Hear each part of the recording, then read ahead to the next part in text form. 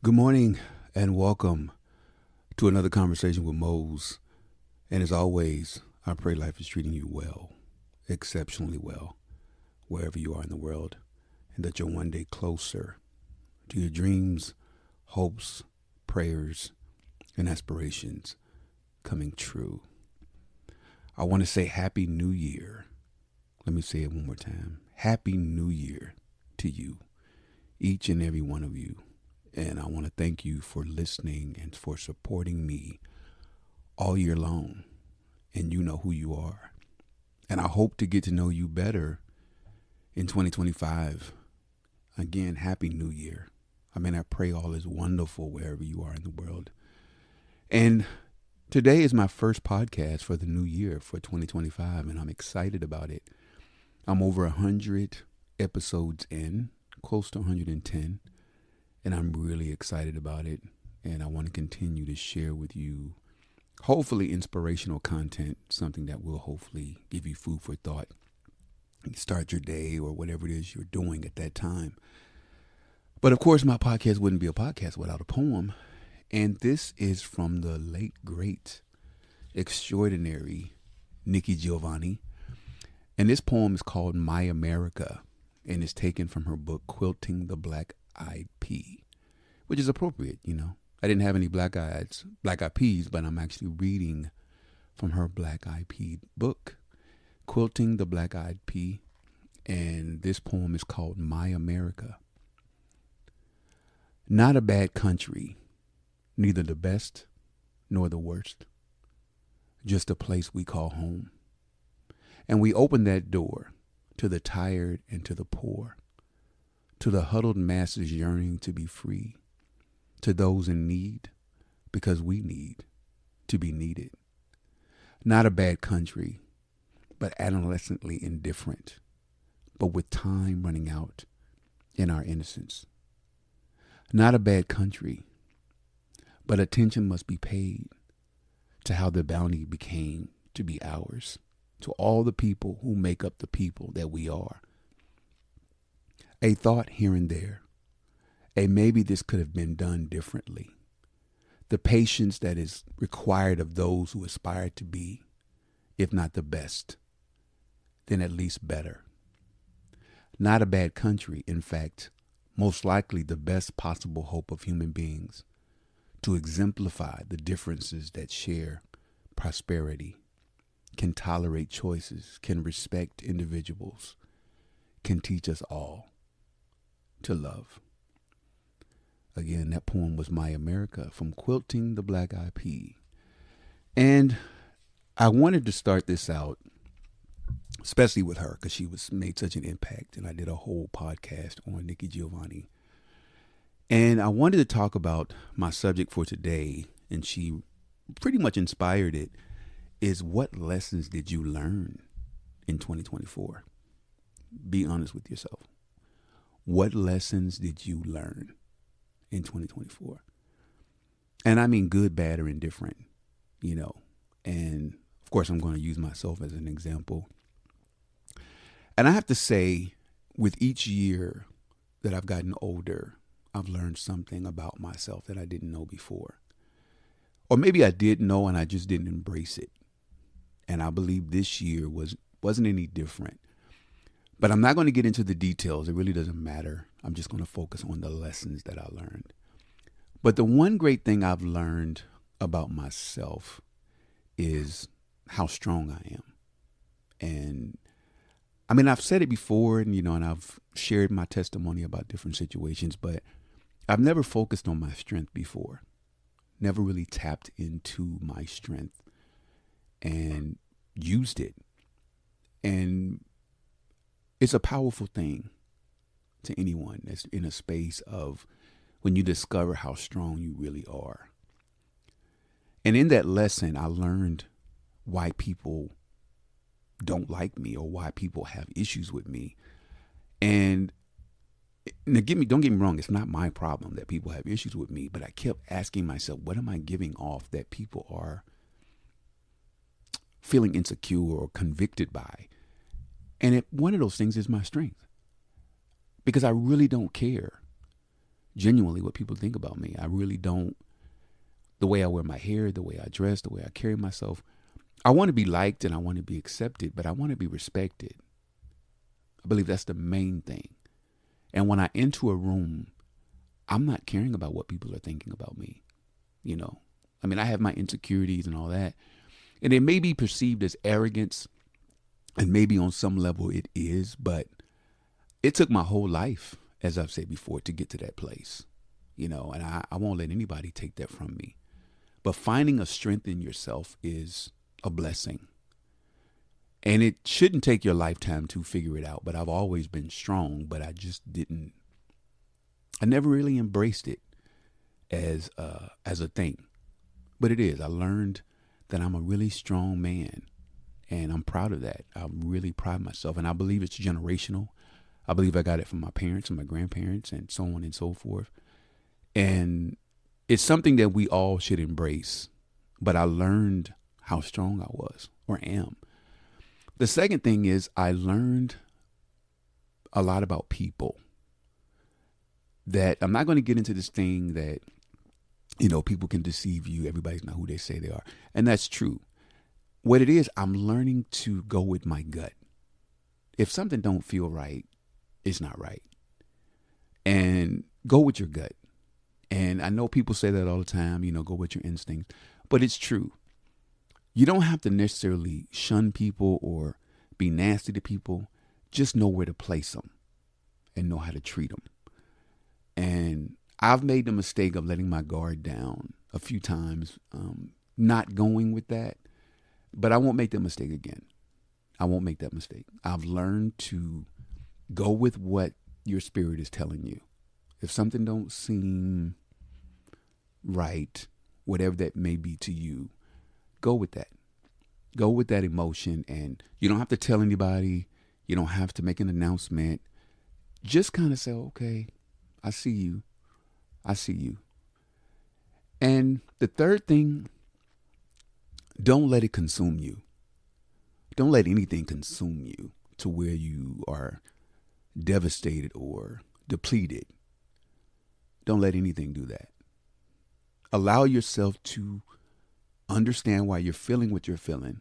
Own it. But don't let it take you down. Just kind of put it in its place. Whatever you need to do, if you need to cry, cry. If you need to pray, pray. But then let it go. Let it go. And that's something I have learned how to do. I mean, and again, it took my entire life and some really tough lessons to really learn how to let some things go. And I'm not going to do a whole New Year's resolution type thing. The only thing I say every year is do something for your body, for your spirit, for your mind. That's pretty much my resolution. And it has been for years. My spirit, my body, my mind. What can I do for those three things? And that's something I continue to live by every day. And I don't beat myself up if I make a mistake. If I make it, I own it. Don't plan to make it again. And if I do it again, I still don't beat myself up. I learn the lesson and say, okay, why did I do it? What made me do it? But I've learned to tap into, to be my own therapist, to tap into the things that really bother me and then go to the core of it to find out, why is that bothering me so much? Because I've had battles that I had to fight, and I kept getting the same test this year. Why am I getting this test again? And what I've learned is it's true. You don't have to pick every battle. I mean, you don't have to fight every battle. You don't have to respond to every question. And I was taking my own advice by not responding to everything. Everything doesn't require a response. And you really do have to leave it in God's hands if you believe that. And is that easy for me to do? Not so much. But I've learned to just put it in my work. If it's something I need to say, put it in a poem, put it in a book, put it in a screenplay, put it in my podcast, and then let it go. But everything doesn't require a response. And the everything is, everybody doesn't have to know why you do what you do. I've learned that. You don't have to explain it. You don't. you can say, you know what, that's just me. And I can't worry about people's level of comfort around me because I feel like I was trying to dumb down, trying to make people feel comfortable. I don't do that anymore. And if you want to know Mose and you want to know who I am, then spend time with me. Respect me first. Get to know who I am. And then maybe we can engage. Maybe we can conversate. But people's perception of you should not deter you, should not make you feel any kind of way. I mean, I feel like we're all at different stages of our lives. And it's okay. And that's one of the great lessons that I've learned about being an older black man, an older black gay man in this space, is that I know I'm not alone. I know I'm not. I haven't found my quote unquote tribe yet, but I know they're out there.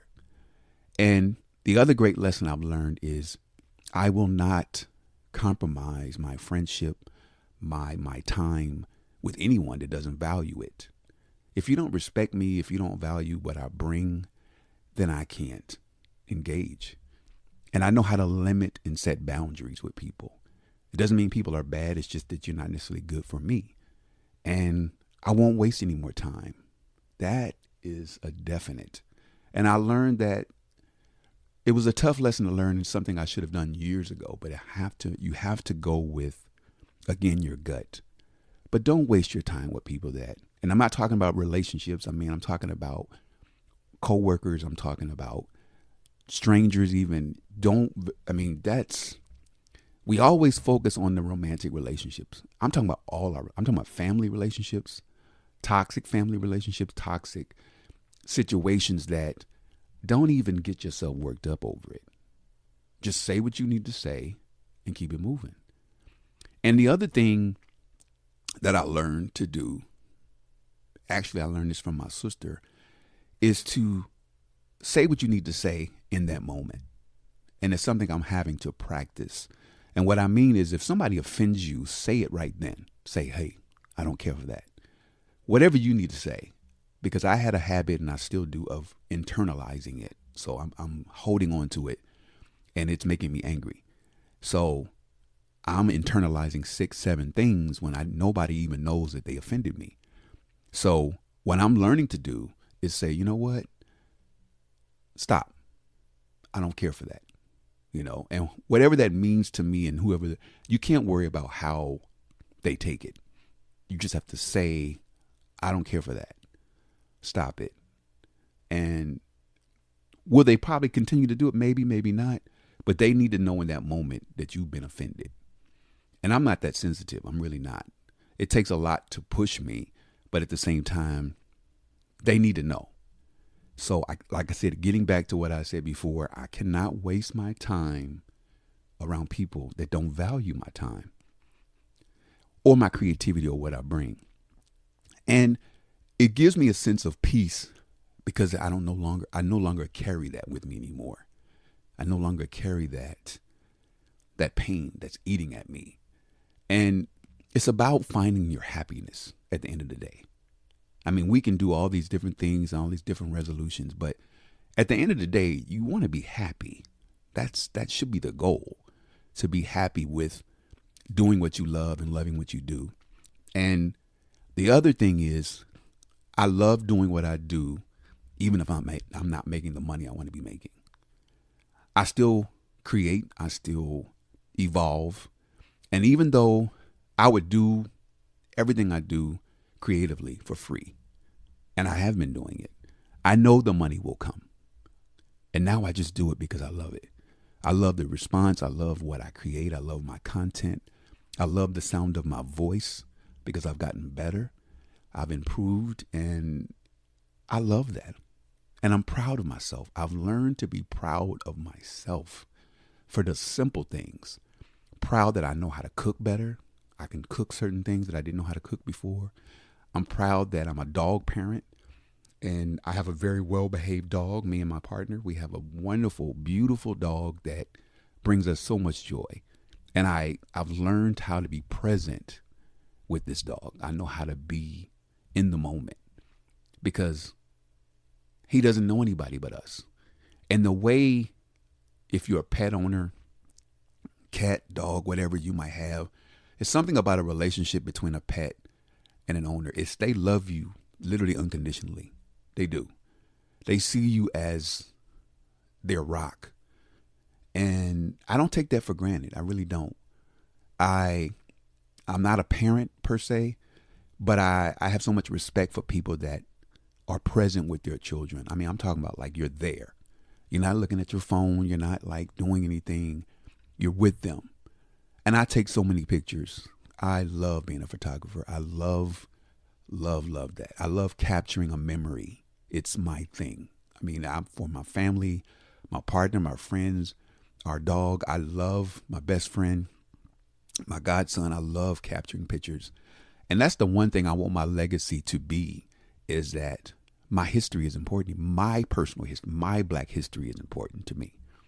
Where I come from, what I know, how I know it. I want my friends to be able to engage with each other and say, you know, what would Mose do? And they can go and see what I would do and how I would do it. And that's where I am. I want to be that person that when you think of me, you're going to smile and you're going to say, you know, what would Mose do? And I want my podcast to be a reference point to kind of get people back on track. And I want to start this new year off, 2025, on a positive note. And all I want to say is, and it might sound corny, is focus on your happiness. Focus on your happiness. Let that be, and then everything that comes under that. So if it means I'm going to be in a better relationship, I'm going to be a better single person. What I mean is love yourself first. I'm a firm believer. It sounds corny. People say it all the time. If you don't love yourself, you can't love somebody else. You just can't. I've loved people that clearly didn't love themselves. And I love being me. And I'm great by myself, and I'm great in a relationship. But I knew that before I got in the relationship. I don't feel like this person made me great. They make me greater, but they don't make me who I am. And I don't think they would be with me if they needed to do that, if they needed to make me happy 24 hours a day. And I know people like that. And it gets back to what I said earlier. I know people that are looking externally for happiness. And it gets back to my original statement. You have to find that strength within you, that it comes from God. I really believe that. And the other thing is, I've learned to have a better relationship with God. I mean, better, to where I've never been in this place with God, like ever. I've never felt this vulnerability, this fear of the unknown, trusting Him that everything's going to be okay. Literally throwing my hands up and, like they say in Jesus, take the wheel, literally, because I am a control freak. I have to know.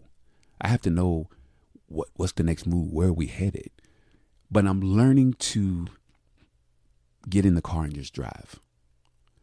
And God will tell me what exit to take, where to get off, when to get back on. And is that easy? It's not. But I don't trust anybody else. I really don't. I cling to God the way my dog clings to me. And what I mean is I can't get any closer to him. You know, and it's like I'm following him around like Langston follows me around. And it might sound silly, but when you find yourself in places that are traumatic and toxic, and it's like you don't know what to do, and you stand there frozen, where else can you go with God? Because there's no human being that's going to give you the answer every single time. You're not going to get it right every time. And in 2025, I want to be more present. I want to understand the lesson that I'm supposed to get. And I want to find more strength within. I want to know how strong I really am. And there are so many situations that I have yet to experience, and I want to be prepared for them as best I can. And that's what it's about, being prepared for whatever. You're not going to get it right every single time, but I want to be better prepared. And it gets back to what I said. What are you doing for your mind? What are you doing for your body? And what are you doing for your spirit? Those are the three things that you should be focused on. And you can go a million different directions with that. And value your circle. If you want to develop relationships with people, engage with people, then do it. I personally am not the kind of person that needs to be talked to every day. Like I don't need to be spoon fed every day. You know, I can talk to you today and then not talk to you for a month, and we can talk like we just talked yesterday. Some people need to be talked to every single day. Some people need to be fed every day. I don't. I am one of those. I'm a quality over quantity. If I talk to you 3 times a year and it's the best quality conversation, that's me. That's how I am. And I'm learning that some people need more than that. And the other thing I've learned is some people don't know that they don't know certain things. Ignorance it's learned, but at the same time, if people don't want to know more than they know, then that's just your choice. And you meet people. It's hard to have an argument with someone that doesn't know how stupid they sound. I mean, you can't even get a healthy debate with somebody that doesn't know how ignorant or how uneducated or how uninformed they are. I don't even waste my time anymore. I just don't. I mean, because I was getting frustrated and offended, but I'm like, this person they can't even fathom the idea that what they're saying is inappropriate. So why am I getting upset? You know, it's like arguing with a child. And it was a tough lesson for me. It still is. And that people baffle me. But what I'm happy about is that I'm not that person. That's not my experience. I pride myself on learning every day something different, whether it's from a stranger or from another culture, or I'm reading a book about something that I've never knew before. It's important for me to live my best life every single day. And what I mean by that is we don't know when our time is going to be up. I don't know when God is going to call me home, and I want to have I want to maximize my life. You know, I want to travel. I want to do things. Whatever I can do, I want to do. You know, and it sounds simple, but I pride myself. I've traveled by myself. I've done things. I wrote a screenplay, and I'm going to see that through. I have no idea how I'm going to see it through, but this is a movie I want to see. Now, what steps am I going to take? What roads? I don't know. I really don't. I just know God will lead me. And letting go of control is not one of my favorite things to do. It's not.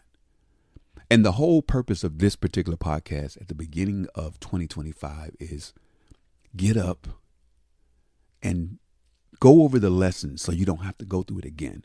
Ask yourself and write it down. What did I learn this year? What was good? What was bad? What am I still learning? Because you're bound to repeat it. And I'm a firm believer in facing your fears. I don't care what they are. Face your fears. And again, it's okay to focus on your romantic relationships, your marriages, your partnerships. That's wonderful. But focus on those other relationships too. Coworkers, family, because they all play a part. They all go hand in hand. Because what's happening with your family can affect your romantic relationship. What's happening at work can affect your relationship with yourself. Don't focus on just one. All of those relationships. And then also getting back to see where you need to reposition people in your life. Some people need to go to the back row, way in the back. Some people don't need to have easy access to you anymore. You don't have to respond to every text message, every post. You allowed to say, you know what? I don't have to say anything. And because we gaslight. That's the other thing. I was gaslighting myself constantly getting upset, shaking and being, like, oh my God, I want to respond to this. And I still do. But I have to calm myself down and say, you know what? It's not worth it. It's not worth it. And you have to really learn how to be positive and strong and just do the right thing. And it's not easy to do, to be, I'm telling you, like, you got to be this person. You got to be strong. You got to be that. But you need to be around people that are going to, what's the word? Support that. Support the new you. If you want to lose weight, be around people that encourage that. And if they don't want to encourage it, then push them to the side. I'm not saying you got to cut people off. I'm saying if they're not doing anything for your mind, your spirit, or your body, then why are they so close? Why are they so close to you? And again, I think for me, it's a matter of sitting down and reevaluating your life. And again, being honest with yourself and saying, what lessons did I learn? And I'm not going to get on here and say, like I said, you should have a whole bunch of resolutions and you should have a whole bunch of goals. No, don't overwhelm yourself. Decide who you want to be and then proceed. But I say write it down. I'm a firm believer in writing it down and saying, you know what, this is what I'm going to do. And focus on your inner strength. And listen to your voice, that little voice that be telling you something. But don't confuse it with insecurity and self-doubt. Literally, and then let God tell you. You know, it sounds simple, but get still. I'm a firm believer in getting still. Even if it's going to the bathroom and just sitting and just literally being in the moment with yourself, taking deep breaths and getting reacquainted and recharging yourself. Because it's going to be, I have to admit, this year I am scared. I'm scared for a lot of reasons, but I'm going to face those fears one day at a time. I'm not going to overwhelm myself. I'm going to do what I've been practicing, and I'm going to stay close to God. And I'm going to filter out the people that don't need to be in my life. I'm just going to filter them out. I don't care who they are. There's not going to be an announcement or a post or anything. You're just not going to see me. You're not going to know who Mosey is. You're not going to get that close anymore. You're not going to have access to me. And that's how I fight those battles now. I don't need to raise my blood pressure. I don't need to get upset. I don't need to have a tantrum. I don't need to cuss you out. I don't need to do any of that. Only if I'm forced to. And again, my point in this is stop, focus on your body, your mind, and your spirit. And learn those lessons so you don't have to take those tests again. And as always, I want to thank you for listening. Thank you for supporting my Black Experience exhibit. Thank you for supporting my store, All Things Moetic. I truly appreciate that. You guys have no idea how much you have made this black man smile through some really troubled times. And I appreciate the comments on my imagery, on my posts, social media. I hope I make you laugh. I hope I make you smile. I hope I make you think of someone you love and you call them and say, hey, I was just thinking about you. Then I did my job. I did my job. And I hope today is wonderful for you. But the one thing I want you to do is tell someone I love you. Every chance you get, just text them and say, I was thinking about you. I love you. And I don't know if you knew that. And my biggest thing to say to people is, in case you forgot, I love you. And I know it sounds silly, and don't worry if they say it back. That's not the point. But as always, I pray life is treating you well wherever you are in the world, and that you're one day closer to your dreams, hopes, prayers, and aspirations coming true. Happy New Year.